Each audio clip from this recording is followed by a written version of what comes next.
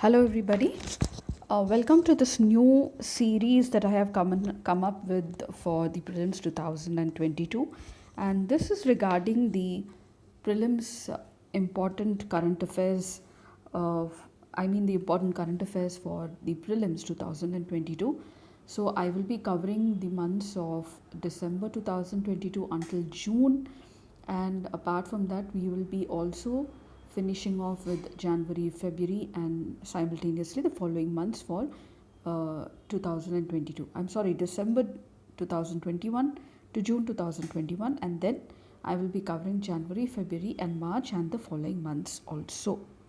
So let us see a few important current affairs with regard to the December 2021, and then I will be moving up to November. So this is not the complete current affairs for December 2021, it's just a part of it. So I think I'll be covering the whole of December in about 4 posts maybe. Yes, so let us start off. The first is Cyclone Javad, and now this is the third cyclone after the Yas and Gulab to reach Odisha in 2021. So Saudi Arabia had actually given the cyclone its name called as Javad, and as we know that there are regionally specialized meteorological centers to give the names for the cyclones, and for the Bay of Bengal region it is the IMD, which is one of the 6 regional specialized meteorological centers to provide tropical cyclone and storm surge advisories to 13 member countries, which include Bangladesh, India, Iran, Maldives, Myanmar, Oman, Pakistan, Qatar, Saudi Arabia, Sri Lanka, Thailand, UAE, and the Yemen. If you just trace these countries along around the Bay of Bengal and Arabian Sea, you can identify the countries for which the IMD issues the advisories. Now, Javad had affected the AP and the Odisha coast in 2021 December. The meaning of Javad means liberal, merciful, which was given by Saudi Arabia. So, naming of the cyclones actually started off in 1953 in the Atlantic Ocean, and the system of Indian Ocean region naming of cyclones started from 2004. So, to name the cyclones, the member countries usually give a list of names on their behalf, and after this, alphabetically, the listing is done. So, worldwide, as I said, that there are 6 regionally specified meteorological centers and 5 regional tropical cyclone warning centers which give advisories and naming for the tropical cyclones. Now, the IMD is one of the 6 regional centers, and it provides advisories to the 13 countries which I have said just now. So, the New Delhi Regional Center is actually responsible for naming the tropical cyclones developing over the North Indian Ocean, including Bay of Bengal and Arabian Sea.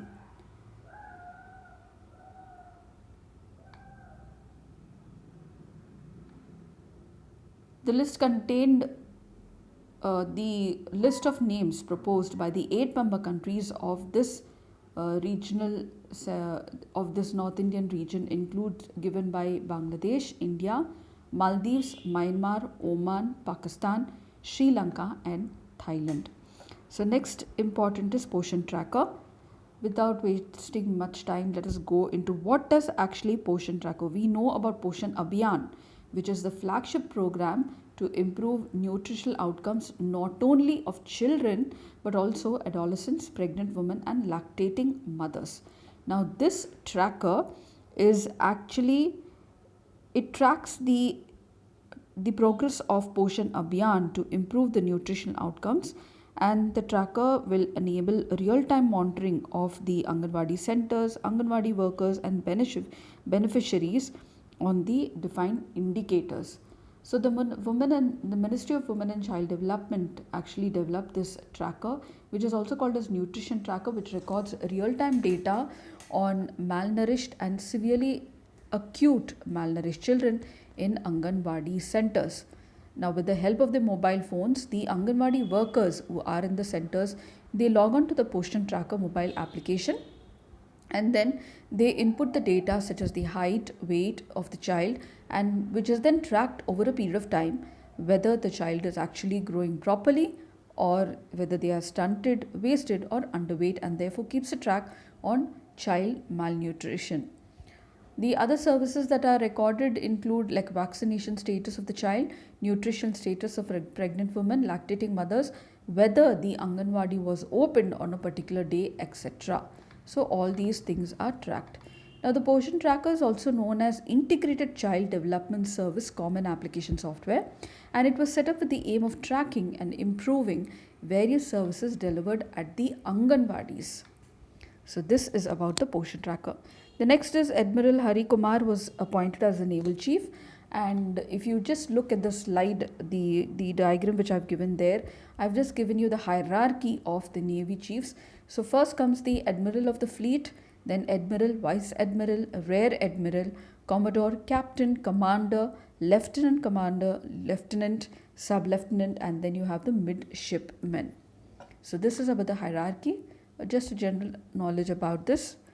Let us go to the next slide. So we have seen that recently the EWS quota was in news due to the NEET examination, and therefore a committee was formed which is chaired by Ajay Bhushan Pandey, who is the former Secretary of Finance, to specify the criteria for identifying of the EWS. So the Ministry of Social Justice and Empowerment announced the committee to revisit the criteria for determining economically weaker sections in terms of the provisions explained in Article 15 of the Constitution. The centre had actually issued a notification in July last year for implementing 10% reservation for economically weaker sections along with 27% reservation for OBCs in these courses. Following that, Supreme Court then stayed the counselling for the admission until the matter was decided on the criteria for EWS. Now, the NEET notification followed the same criteria for determining the EWS as that was mentioned by the notification which was included in the Department of Personnel and Training given in 2019. Now, the criteria included 8 lakhs rupees income ceiling for inclusion in the EWS. Now, if we just observe, this is the same criteria which is used for describing the creamy layer among the OBCs.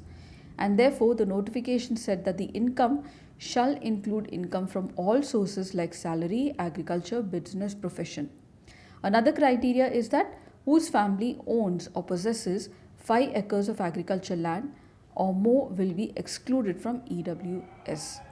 So now this committee has submitted its report, and the same has been submitted to the Supreme Court by the government. Let me tell you that the EWS reservation was granted on the basis of the recommendation headed by on a commission headed by General Retired S.R. Sinho. The Commission for Economically Backward Classes was constituted way back in 2005 by the UPA government, and it submitted its report in 2010.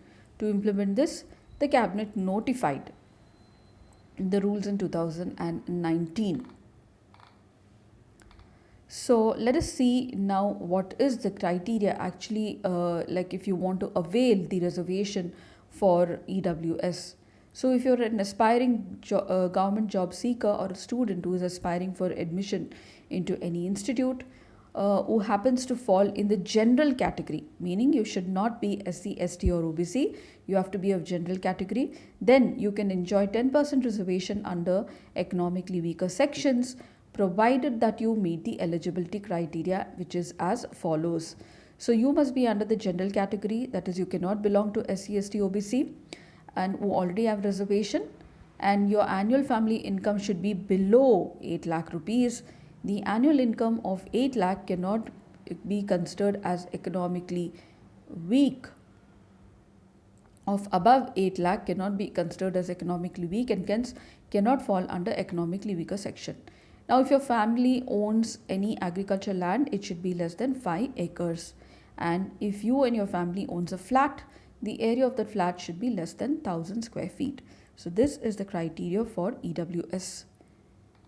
Citizenship is another important topic which was in news as of recent because of the delay in the notification of implementing the Citizenship Amendment Act, which was brought up by the parliament very last year, and there was a lot of protest and also confusion, and then demand from the Northeast that the NRC should be completed before the Citizenship Amendment Act is implemented. So just let us have a brief idea about the articles that deal with citizenship. It is like from 5 to 11, and part 2 of the constitution deals with citizenship.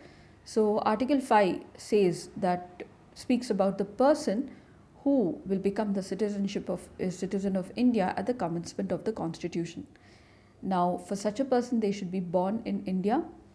Either parents, that is mother or father, was born in territory of India, or who have been residing in the territory of India for not less than 5 years preceding such commencement shall be the citizen of India. This is dealt with Article 5. Article 6 deals with those rights of citizenship of persons who have migrated to India from Pakistan. 7 deals with rights of citizenship of certain migrants to Pakistan from India. 8 deals with rights of persons of Indian origin residing outside India. 9 deals with persons voluntarily acquiring the citizenship of a foreign state. 10 deals with continuance of rights of citizenship, and 11 deals with Parliament regulating the right of citizenship, and it is under this particular article that the Citizenship Act of 1955 has been enacted, and now it has been amended. So this is about the citizenship. Let us move on speedily to the next, that is a Judges Bill. So the High Court and Supreme Court Amendment Bill 2021 was introduced in Lok Sabha by the Union Law Minister Kiran Rijiju, and it seeks to amend the High Court Judges Act 1954, Supreme Court Judges Act 1958, which will regulate the salaries and conditions of service of the judges of the High Court and Supreme Court of India. Now we know that there is a schedule in our constitution that deals with the salaries or the emoluments of the and allowances of the various constitutional figures of a country. Let us see whom does the second schedule deal with. So it deals with presidents and governors, it deals with speakers and deputy speakers and chairman and deputy chairman of both the Lok Sabha and also the State Legislative Assembly. It deals with the chairman and deputy chairman of the Rajya Sabha and also the Legislative Council. It deals with the judges of the Supreme Court and that of High Court, and it deals with Comptroller and Auditor General of India. So these are the constitutional figures. Specific articles are Article 59, 63, 75, 97, 125, 148, 158, 164, 186 and 221. So this is about the Judges Bill which is brought in by the Lok Sabha. Now let us look into the Winter Olympics. Winter Olympics of Beijing has been in news because there was a diplomatic boycott of these games by US and many other countries. So the Winter Olympics is actually a major international game that is held every 4 years, and it is practiced on snow and ice. The first Winter Olympic game was held in 1924 in Chamonix of France. Now the modern Winter Olympic Games were held in Olympia, Greece from the 8th century BC to the 4th century AD. And it was Baron Pierre de Coubertin who founded the IOC, which is the governing body of the Olympic movement, and also the Olympic as a charter defining the structure and the authority of this IOC. So the 2026, as I said, 4 years afterwards, so 2026 Winter Olympics will be held in the cities of Milan and Cortina d'Ampezzo of Italy. So it is these two cities that it will be held in, and it is in 2026. So I've just given a brief account of what type of games are actually played here. You have alpine skiing, biathlon, bobsleigh, cross-country skiing, curling, cross-country skiing, figure skiing. Then you have freestyle skiing, you have ice hockey, Nordic combined, short track speed skating, skeleton sky jumping, snowboarding and speed skating. The next important is core sector. So these core sectors are actually the 8 in number, and they are the key industries that constitute the core sector of Indian economy. They are considered the core sectors as they influence the various other sectors of the Indian economy, and they constitute 40% of the index of industrial production. So these sectors are your electricity, steel, refinery products, crude oil, coal, cement, natural gas, and fertilizers. Now, before the index of industrial production is released, the index of core industries is prepared every month and released by the Office of Economic Advisor, Department for Promotion of Industry and Internal Trade, that is DPIIT, of the Ministry of Commerce and Industry. So this is about the core sectors. Moving forward, you have fiscal deficit.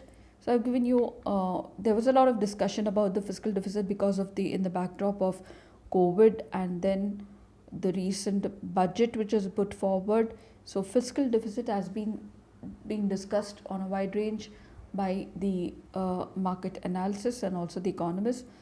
So if you just look into briefly, the fiscal deficit of the country is calculated as a percentage of GDP and for the current financial year.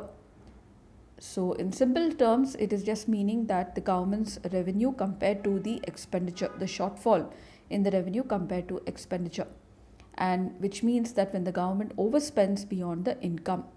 Now the fiscal deficit calculations are based on two components, total receipts and total expenditures. The receipts include tax revenue like corporation tax, income tax, GST, customs, non-tax revenue like external grants, interest receipts, dividends, profits, receipts from the union territories, among others. Capital receipts include recoveries from loans and advances, disinvestment proceeds, also a part of total income of the government. While expenditure carried out through various ministries is divided in two categories like capital and revenue. Interest payments are part of revenue expenditure and loans disbursed come under capital expenditure. Then if you subtract the total expenditure from the total income, this gives us fiscal deficit. A revenue deficit refers to excess of revenue expenditure over revenue receipts. And primary deficit is nothing but fiscal deficit less the interest payment. Now, fiscal deficit is mainly financed through market borrowings, and for this purpose, the government issues instruments like the treasury bills and the bonds. Fuel pricing was a big thing which was in discussion because the prices of fuel had crossed rupees 100 and there was a demand from various states to the central government to decrease the excise. On the other hand, the centre was saying that it is the state that actually should decrease the VAT on the petroleum and the diesel prices. So let's just see, in this diagram I've given you a brief idea of how the petrol pricing is done. If you can see crude oil prices, then it goes on, it is transported using ocean freight and transport charges. Finally, it comes to the refinery and they put the transfer price. After that, the price is charged to the dealers. From there, the central excise duty puts the excise duty on the production of petroleum products. After this, the price after the dealer commission comes up, and then finally the state puts a value added tax on this petroleum and diesel, and this is then sold based after the state VAT to the consumers. So if you look, the price of the petrol and diesel includes the price charged to the dealers, excise, VAT and dealers commission. So if any reduction of the petroleum and diesel prices is needed, then either these four of these participants have to reduce the petroleum and their share of the income or the revenue which they make on these petrol and diesel products, so that there is a decrease in price to the consumers. Price charged to the dealers includes the base price set by the oil marketing companies and the freight price, that is the shipping price. Freight means of shipping or the logistics price to transport. And excise is central, VAT is state and dealers commission. So moving on, GST.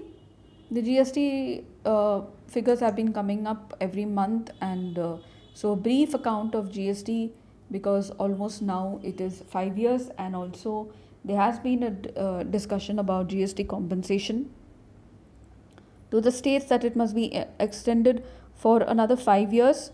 and this is important from your mains point of view also. So I will be coming up with the posts where I will be discussing the most important mains topics, especially with regard to current affairs, every week for the monthly basis, so that it decreases your burden in your preparation for the mains.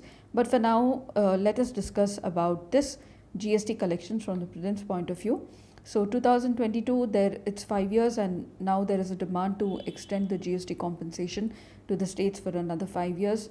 There also was a demand to include various like petroleum products, etc., and also tobacco under GST.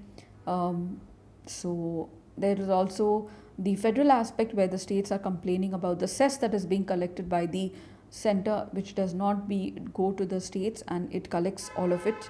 So these are few issues which I've highlighted now. It has been implemented now from 2017 based on the recommendations of the Vijay Kelkar task force, and it includes the central GST, integrated GST, both of which are collected by the central government, and you have the state GST. Now, it subsumed taxes such as the entertainment tax, excise, CST, VAT, luxury, entry, local, octroi. And you have four rates now, that is 5, 12, 18, and 28. It came into force in July 1st, 2017, and by implementing the 101 Amendment of the Constitution.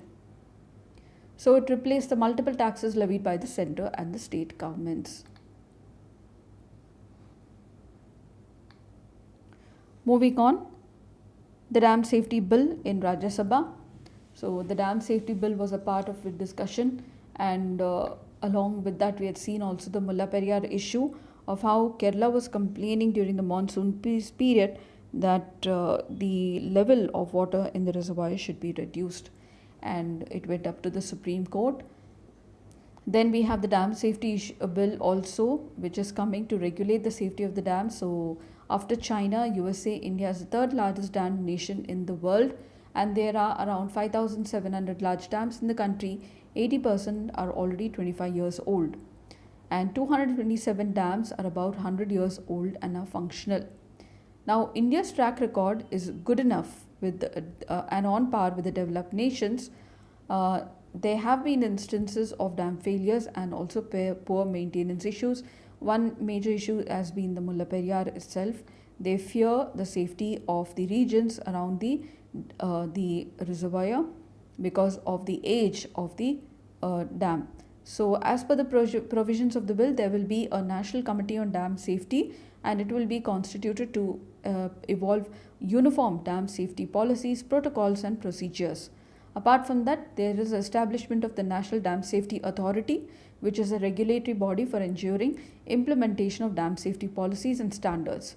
At the state level, the bill provides for constitution of the State Committee on Dam Safety and also a State Dam Safety Organization. Now, the bill proposes to help all states and union territories to adopt uniform dam safety procedures. It aims to provide for surveillance, inspection, operation, maintenance of dam for prevention of the failure and related disasters related to this failure of dams, and provides institutional mechanism to ensure safety and functioning of these dams. That is the National Committee on Dam Safety at the central level, National Dam Safety Authority at the central level, and then you have state committees on dam safety and State Dam Safety Organization at the state level. So you have the next news, that is the MSP Guarantee, which was being demanded by the farmers. So the MSP, as we know, is the minimum support price, and it was introduced for the very first time in 1965-66 season for wheat. Now it covers 23 crops, and it is announced during both the Kharif and the Rabi sowing seasons. So the government agencies such as the FCI use the MSP to procure the wheat and paddy for the central pool. In case of maize, cotton, pulses, oilseeds, the centre steps in to procure them when the price rises far below the MSP. When the price reduces far below the MSP, and then the farmers have to resort to distress sale. Centre, in case of sugarcane, we see that the centre has a fair and remunerative price, and the states have a state advised price for the same, which is higher than the FRP. So this is brief about the MSP guarantee. If you want, you can find out more information about this if you feel that this is not sufficient. Next is the Assisted Reproductive Technology Regulation Bill. And now this is one of the most series of legislations approved by the Union Cabinet to protect and safeguard the reproductive rights of women. So we have seen lately the Medical Termination of Pregnancy Act was brought in, and also the Surrogacy Bill was brought in. So these along with this is to protect the reproductive rights of women. Now the bill provides for safe and ethical practice of assisted reproductive technology services in the country, that is ART technologies. Just have a brief idea of what are the ART technologies. Now through the bill, the National Board, State Board, National Registry and the state registration authorities will regulate and supervise the ART clinics and assisted reproductive technology banks. So the regulation of ART clinics and banks is provided in the bill. The bill provides that every ART clinic and bank shall be registered under a registry of banks and clinics. The bill also speaks of national and state boards. The bill provides national and state boards for surrogacy, constituted under the Surrogacy Bill. This will act as a national and state board for the regulation of ART. The bill also speaks of the rights of child born through ART. A child born through ART shall be deemed to be a biological child of the couple and will be entitled to rights and privileges available to the natural child. Then it also speaks of the gamete donation supply, screening of the donors, collection and storage of semen, and the donor can be done only at a registered ART bank. So this is about the Assisted Reproductive Technology Bill. Going forward, G20 Trioca was in news recently, and India had joined the G20 Trioca, which includes Indonesia, Italy and India. Now this includes the current, the previous and the incoming G20 presidencies. India will assume the G20 presidency in 2022 from Indonesia and will convene the Leaders Summit for the first time in 2023. So the Group of 20 is an intergovernmental forum which comprises 19 countries and the European Union. Now this G20 works to address major issues of the global economy such as international financial stability, climate change mitigation and sustainable development. The G20 is composed of the world's largest economies, including both industrialized and developing nations, which account for 90% of the GDP and 75 to 80% of international trade, along with 2/3 of the global population and half of the world's land area. Now this G20 was founded in 1999 by several world economies during the economic crisis. Since 2008, it is convened at least once a year, and the summits involve the members of the heads of the government or the state, finance minister, foreign minister and other high dignitaries. So this is about the G20. I've given you the countries such as Argentina, Australia, Brazil, Canada, China, European Union, France, Germany, India, Indonesia, Italy, Japan, Mexico, Russia, Saudi Arabia, South Africa, South Korea, Turkey, United Kingdom, United States, Spain, United Nations, World Bank, African Union and other organizations are permanent guest invitees. So just try to identify the countries in various continents and it will be easier to remember them.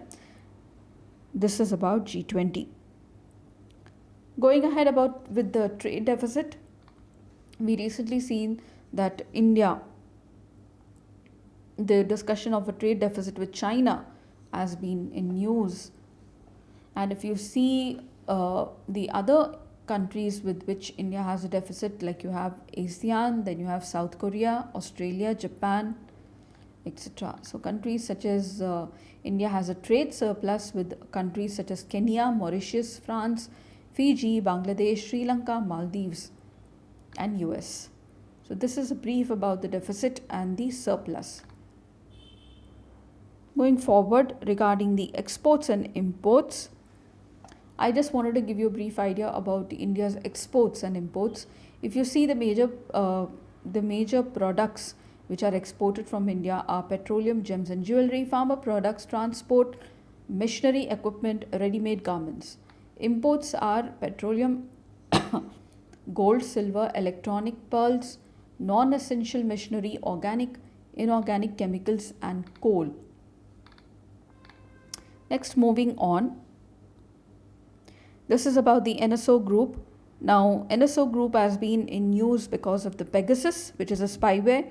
So, it is an Israeli firm known for the proprietary spyware named as Pegasus.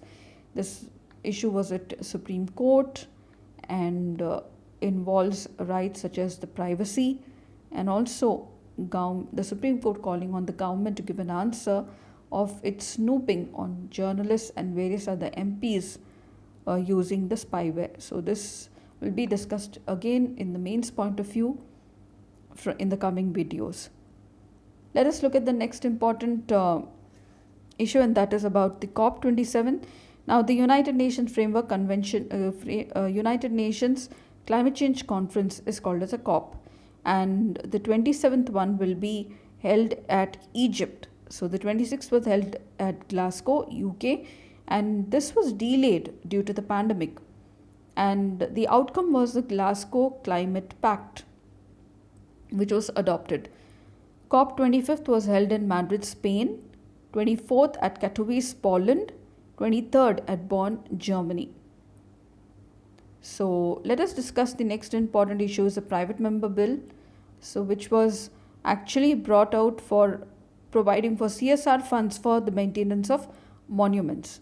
So who is a private member? An MP other than a minister is called as a private member, and both ministers and MPs who are not ministers can introduce legislations, and this is called as, if they are introduced by the ministers, it is called as a government bill, and if they are introduced by MPs who are not ministers, and it is called as a private member bill. So a private member is simply any MP who is not a minister. Thus, a member of the ruling dispensation who is not a minister or that of the opposition is said to be a private member. When a minister introduces a bill, it has the backing of the government of the day. So usually 2.5 hours of Friday is allotted by the chair of the House for a private member bill, and no private member bill has been passed since 1970. So till date we have 14 such bills and 6 in 1956 itself. The first such bill to be passed as a private member bill was the Muslim Waqf Bill in 1954, and the last one was Indian Penal Code Bill in 1969. The 16th Lok Sabha, which continued from 2014 to 19, witnessed the highest number of private member bills introduced since 2000, numbering 999, and as many as 142 members have introduced bills in 16th Lok Sabhas. So the Rights of the Transgender Persons Bill 2014 was the first private member bill to be passed in Rajya Sabha in 36 years and the Parliament in 45 years. So later that bill was changed and it was brought in a changed form by the government itself. So the next important is the bill to extend the term of the ED and the CBI was introduced in the Parliament. Now these two bills were actually previously ordinances. Bills were brought to make them as legislations. It is called as the Central Vigilance Commission Amendment Bill 2021 and the Delhi Special Police Establishment Bill 2021. So the central government had decided to extend the tenure of the directors of CBI and ED a tenure up to 5 years. And the government brought in two ordinances to amend the Delhi Special Police Establishment Act and the CVC Act to make it possible to give the two directors a tenure beyond the currently fixed 2 years. So if you see the Directorate of Enforcement, it is a law enforcement, or the ED is a law enforcement agency and an economic intelligence agency responsible for enforcing of economic laws and fighting of economic crime in India. It is a part of the Department of Revenue, Ministry of Finance. Now the prime objective of the Enforcement Directorate is to enforce the key two acts of the Foreign Exchange Management Act 1999 and the Prevention of Money Laundering Act 2002. The Directorate of Enforcement has its headquarters in New Delhi and it is headed by the Director of Enforcement. The Enforcement Directorate has 5 regional offices in Mumbai, Chennai, Chandigarh, Kolkata, and Delhi. CBI is a premier investigation agency of India and it operates under the Ministry of Personal Public Grievances, Pensions, Government of India. It was set up actually to deal with bribery and corruption, and in 1965 it received expanded jurisdiction to investigate breaches of central laws which are enforceable by the Government of India. If you just look at the selection committee of the CBI director, it goes on to be Prime Minister as the chairman, leader of opposition of the Lok Sabha, or the leader of the single largest opposition party in Lok Sabha, and then you have the Chief Justice of India or the Supreme Court judge recommended by the Chief Justice. So this constitutes the appointment committee for the CBI. Moving on, you have the Rafale jets. So these are multi-role combat jets and they were in news because India was procuring these jets from France and it was already delayed, but then there was news of it coming in. So these are multi-role combat fighters who are capable of carrying small nuclear weapons and they are manufactured by Dassault Aviation, France. Now the Rafale is a 2-jet fighter aircraft which is capable to operate both from an aircraft and also from shore base. The versatile Rafale is able to carry out aviation missions like air superiority, air defense, close air support, in-depth strikes, reconnaissance, anti-ship strike, etc. and nuclear deterrence. Now this comes with a beyond visual range air-to-air missile called as a Meteor missile with a range of 150 kilometers. This is about the Rafale, and if you want you can look for more into this. I missed out few things. So India-Australia FTA I wanted to include. Now the free trade agreement is a pact which is between two countries to reduce barriers to import and exports. So it's just not including one, but it includes both imports and exports. Under the free trade policy, goods and services can be brought and sold across international borders with little or no government tariffs, quotas, subsidies, and prohibitions to inhibit their exchange. So this is about India-Australia FTA. I've not gone into the details of the FTA of India and Australia, but just briefly what is an FTA I have specified here. Next coming is the statutory bail which was in news recently. So if you see the statutory bail, it is a right to bail that accrues when the police fail to actually complete their investigation within a specified period of time with respect to a person in judicial custody. It is also called a statutory bail. Now this is enshrined in the Code of Criminal Procedure under section 167. There is another thing called as anticipatory bail, which is a direction to release a person on bail, which is issued even before the person is arrested. It is only issued by the Sessions Court and the High Court. So this statutory bail was in news with regard to the I think I'm not getting the name right now. I'll look into it later in the next post. So for now it's just this much, and I will be coming up with more with a few more posts on December current affairs. Stay tuned until then, and thank you.